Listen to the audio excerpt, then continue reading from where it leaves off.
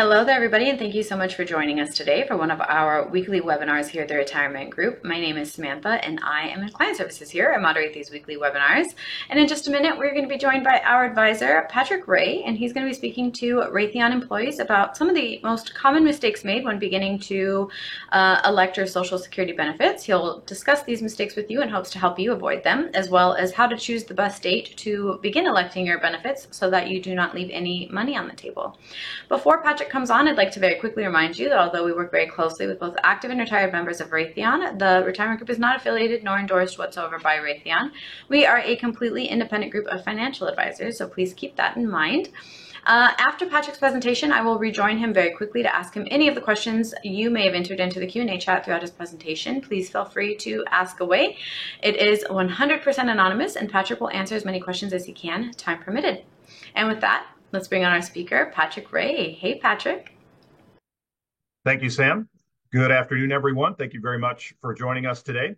As Sam mentioned, my name is Patrick Ray, and I'm one of the senior advisors here with the Retirement Group. And today we've got a really important topic to cover, which has to do with understanding some of the big mistakes that we see when it comes time to take advantage of a benefit that all of us have been paying into for quite some time, right, with respect to Social Security. And so it's kind of one of those hurry up and wait type scenarios where when you pay in for something into something for so long, sometimes we get eager to want to collect on that benefit, right? You hear a lot of negative news in the information that's available about the status of Social Security and how long it may last and what they may do, which all may actually affect most of us in one way, shape, or form. But the reality is we want to just cover some basis of understanding some of the solid knowledge that you should have so that you can make informed and intelligent decisions for your family, especially given that this is one of the most important financial things when you talk about leading and getting into retirement that one might have. So if you have not heard of the Retirement Group before and you're joining us for the very first time, welcome. We appreciate your attention and hopefully you find some value in what we have to talk about. But we have a team of advisors across the country that the group has a ton of experience in helping Fortune 100 company employees transition into a successful retirement. And one of the tools that we utilize in an effort to do so is this webinar platform where we bring a bunch of new and even sometimes older information that's more relevant for one reason or another with respect to interest rates and pension plans and things of this nature. And as such, we're talking about Social Security today. And we have offices across the country, so it's likely that we'll be able to team you up with a member of our group that can help you. That's close to you in proximity with respect to where you are located. And most of our knowledge comes with the experience that we've dealt with over the years in helping people with their pension plans and their 401k and savings plans, and of course their medical benefits as well. But the thing you may find the most value of is something we refer to as a cash flow analysis. This is a complimentary service that we offer, which allows us to stress test where you're at. And frankly, the sooner that you dive into this exercise, the more prepared that you'll probably end up being overall with your retirement decisions. And so it's a time where we spend a few minutes with you if you're willing to spend a few minutes with us and get to know you a little bit better so that we can prepare a document that kind of helps map out what your future looks like from a retirement perspective.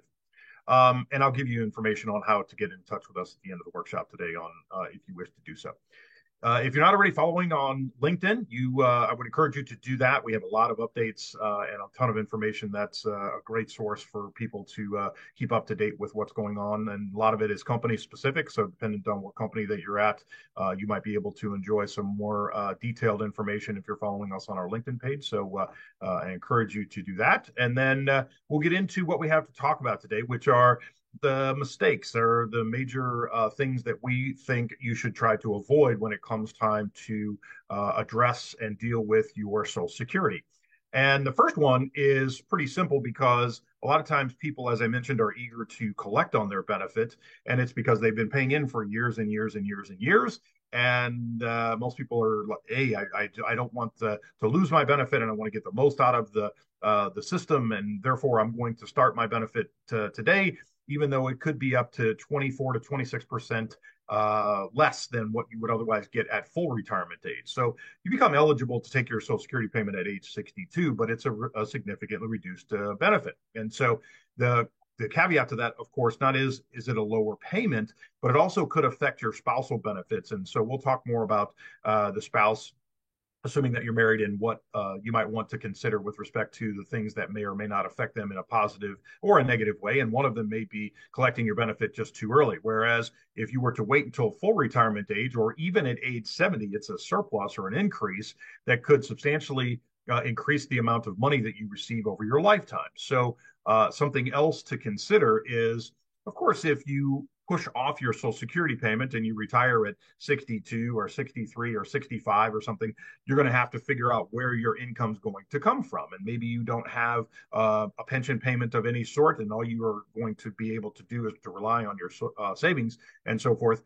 There may be a actual tax advantage to do so, because if your money is coming from an IRA, as an example, we want to try to make the most tax efficient decision that we can in all aspects. And so it's possible that it makes some sense to pay some tax at a lower tax bracket from our IRA withdrawals that you might have, and postpone your Social Security payment as an example of something you could consider to avoid claiming your benefits too early.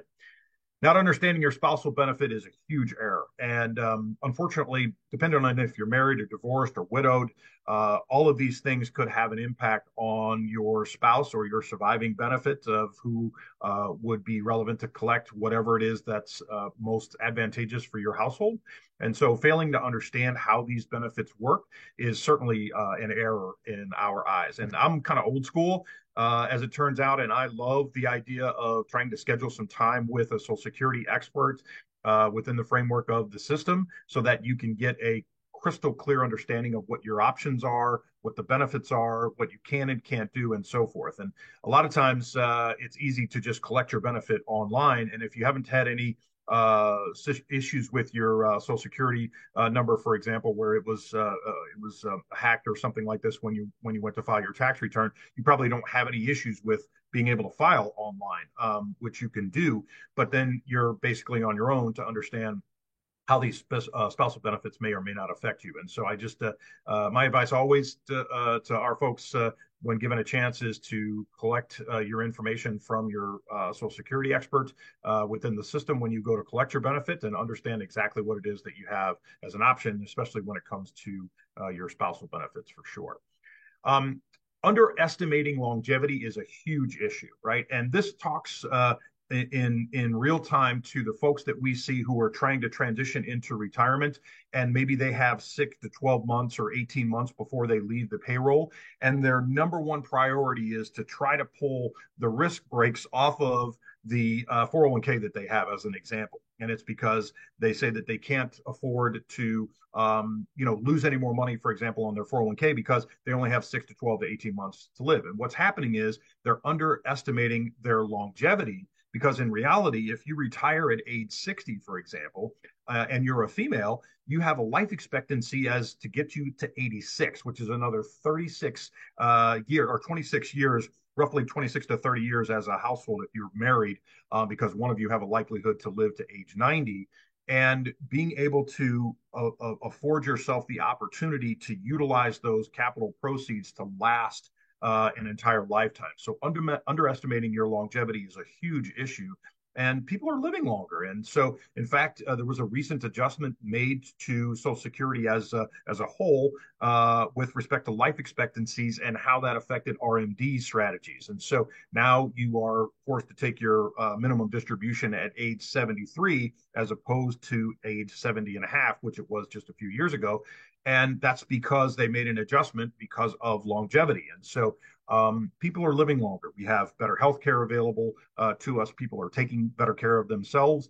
And so because of that, it runs a higher risk of you needing funds for a longer window of time in your lifetime. And so when we talk about this base for most of our folks, which is Social Security as a household, you want to make sure that we're not underestimating a benefit that could be advantageous to you for years and years and years to come.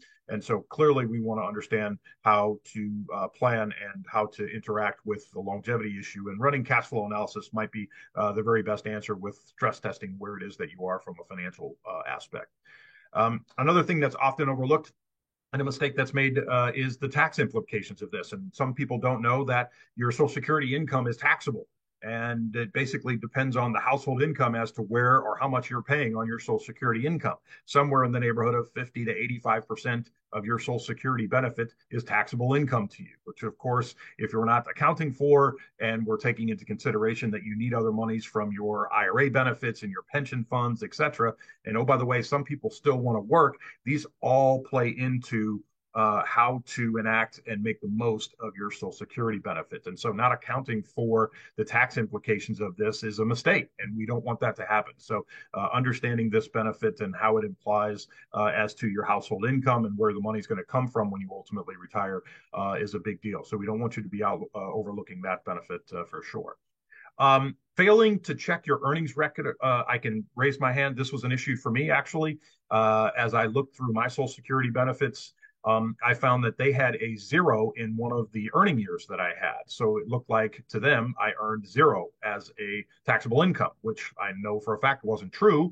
And I was able to send them some financial records and to clarify that and to clear it up. And it actually increased my Social Security benefit. And so this is a subtle adjustment or a subtle scenario that often gets overlooked, but certainly we want to include this in our items to not overlook or to avoid making a mistake, because mistakes are made. And in the event that we can catch them prior to you actually collecting your benefit, we want an absolute to do so. And in fact, it's even more important for you folks who have a Social Security offset to your pension. So if you work for a company that has a pension plan that actually has an offset with your record of your Social Security income and what that projection looks like at age 65, you want to be 100% certain that it's an accurate number that they're basing that off of, because it affects your pension plan as well. So failing to regularly check on this could result in a lower benefit. And clearly, it's one of the mistakes that we want to try to avoid if it's all possible. Ignoring earning limits. This doesn't happen all that often, but certainly it's something that we need to account for. And so if you're planning on working to any degree, we want to make sure that that's a priority that overlooks your need for Social Security or starting your Social Security benefit early, right? So if you retire at 62 or 63 and your thought is, oh, I'm going to collect Social Security and work, we got to make sure that the earnings that you're going to have doesn't affect your penalty that's relative to earning too much money, because there's a cap on what you can earn. And so that cap is typically indexed for inflation each year, but it's a low amount. Okay. It's not like you were being able to work on a full-time basis and collect your Social Security benefit without having any issues. Okay, so the income that you're going to bring in from another source, in addition to your Social Security, could put you over these earning limits, and it could create a problem where you're just paying the income back that you're earning from Social Security back into the system because you're earning too much money. And so we want to be aware of these limitations, and we want to avoid them at all costs. And we can do that by looking at the IRS website, or obviously we can help you with what those numbers are, but those are typically indexed for inflation each year. Not coordinating this benefit with your other retirement assets is a massive problem in our eyes. I mean, this is the whole reason why we advocate people take the time to go through and update and do a cash flow analysis, which is a stress test of where you're at. And we can look at what it potentially could entail with respect to taking your benefits at age 62 versus 67 versus postponing them to age 70. And so we want to help you make the most intelligent and most beneficial decision in your household possible. And we feel like it requires a cash flow analysis and an effort to do that. And so we would coordinate that obviously with your other retirement assets. But this is a mistake that we see often because, for example, as I mentioned, your Social Security benefit, part of that benefit is taxable income, right? And if you think about how the tax system is set up, the tax system is a progressive tax where we pay a cheaper tax on the first set of monies that we bring into our household, and then that gradually gets higher and higher and higher. And so, for example, if we know that 100% of your IRA income is 100% income taxable to you, irrespective of what state that you live in, we're talking about the federal side here, that if your federal tax is at 10% for the first $12,000 you bring in, we don't want that first $12,000 to be convoluted by your Social Security income that's going to fill that bracket up first, right? So it could potentially be far better and far more advantageous for you to take that first $10,000 out of your IRAs and then figure out how to backfill where your income needs are coming from in an effort to maximize what we call the most tax efficient retirement strategy that you could have. So failing to coordinate these benefits with your other retirement assets can result in a less than optimal strategy. That is for sure. And so if you take a look at where your money's come from, basically there are three sources for most of us, right? We have a Social Security benefit to some level. Hopefully you have a pension. And so many of you that are watching this webinar are going to have a pension of some sort. Maybe it's only an annuity type driven plan where you don't have a lump sum option, or maybe it's a lump sum and you ultimately roll that money into an IRA where you control the funds, and you might actually add your 401k funds to that. You might choose to leave your 401k at the company level when you decide to retire, but obviously you have some options. But in a nutshell, you have these three sources that are where we're going to pull our monies from. And two of these three we know are 100% taxable income to you. The only variable is Social Security as to how that implements into your overall tax system or taxable nature with respect to your household. So I would encourage you, if you haven't already done so, as I mentioned, this cash flow analysis, this is one way we can absolutely stress test where you're at financially and give you a roadmap on what this may look like when you ultimately retire. And so the more information that you share with us, the more time that you put into the details of this plan, the more accurate it's going to be and the more advantageous it can be for you to help plan for what we know is certainly a stressful event, because retirement is the second most stressful event that we know people have to go through, unfortunately, next to losing a spouse. So we don't take this process lightly. And so if you haven't already had a cash flow analysis or a cash projection done, we encourage you to do that. And we encourage you to spend some time with one of our team members in an effort to not only get that done, but maybe to answer some specific questions that you have, because we have this lovely quote that says, retirement is wonderful if you have two essentials, right? Much to live on and much to live for. And so we can control both of these to some level. And so the more you have to live on, the more that obviously you'll have to be able to produce during you and your potential spouse's lifetime. And so if you're open to wanting to talk to one of our team members or myself, or anybody at the group, please email us. You can email questions at info@theretirementgroup.com. You can also call our 800 number, which is 800-900-5867. Take a picture of the QR code to the left, and it will give you a chance to schedule some time on a calendar that's convenient for you. And we'll do our best to address those questions and concerns that you have at that time. And if necessary, schedule a follow-up meeting with you if you'd like. And then again, that's the LinkedIn page on the QR code to the right, where you can follow us on LinkedIn to get some defined updates with respect to your company plan and kind of things that are specific and correlated to you.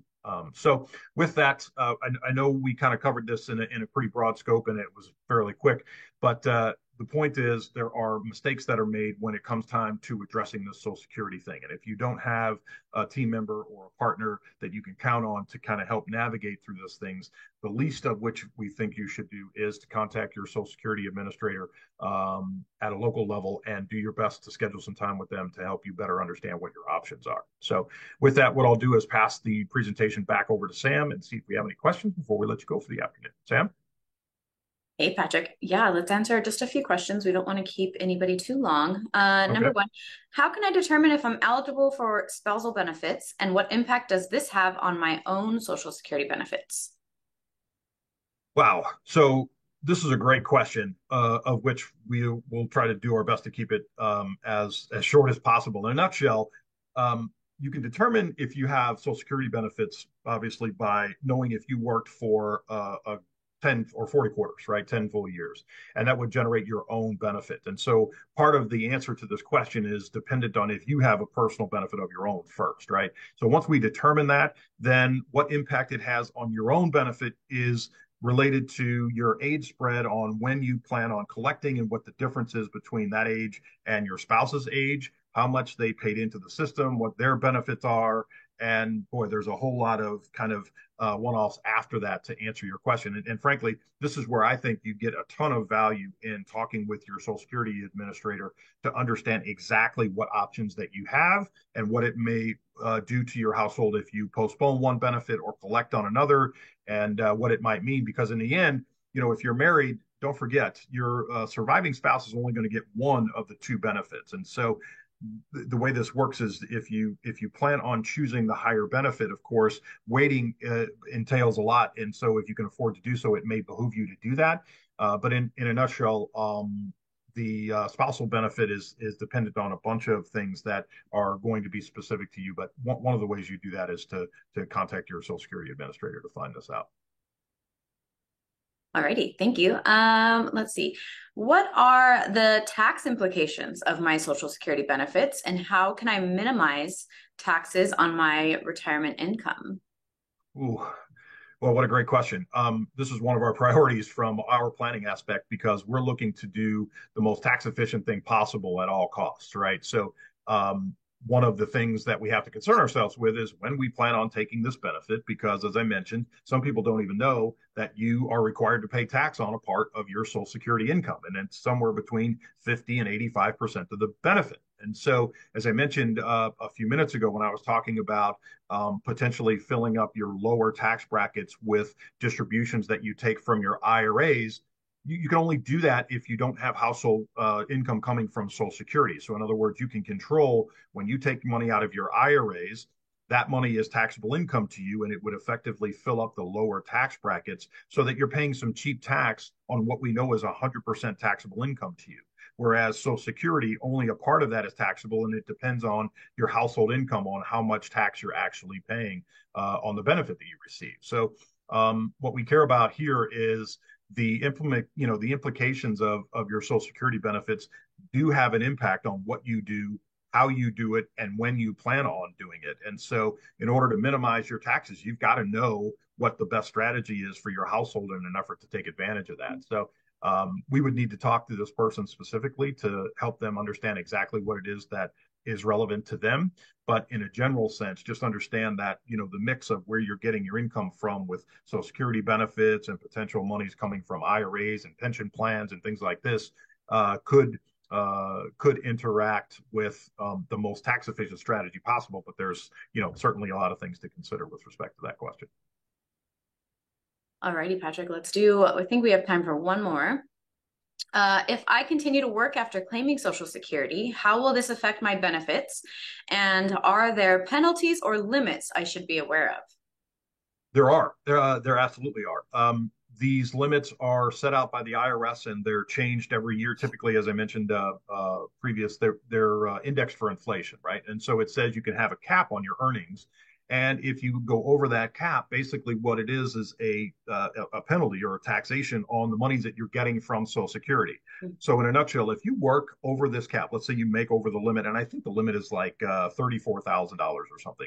I don't remember what it actually is because it changes every single year. But if you make over this amount of money and you were taking Social Security, you would basically go from January to about September without a benefit, as an example, from the last case study that I ran into, and then have the rest of the benefits for the rest of the year. So in other words, 3/4 of your tax year, you're not technically getting a benefit because you have to pay that money back because you've earned too much monies to get over that limit. So there are limits. There are penalties that you need to be aware of, and that if you're going to consider retiring and then working somewhere else to generate an income, if it's any income of any substantial amount, you'll want to consider postponing your Social Security benefit because of that. So, yeah. Alrighty. That was all we had time for today, Patrick. Anything Oh, else okay. before we Okay. end? No, no, no. I think hopefully the folks that joined us today got some value out of what we had to talk about. Like I said, Social Security is really not only is it complicated to some level, especially if you have two spouses that are working. It does give you some flexibility, of course. But my biggest concern is that people are making mistakes when it comes time to just saying, "Hey, I'm going to think with my emotions. I want to get my benefit as soon as possible," and they start it without thinking about some of these things that we've talked about today. So hopefully you understand that it's important and that we want to do our best to help you for sure. If you want, you can reach out to us, and we're delighted to do that. Alrighty, thank you. Thank you everybody for joining us today. Thanks, All right, Pat. everyone. Have a great day.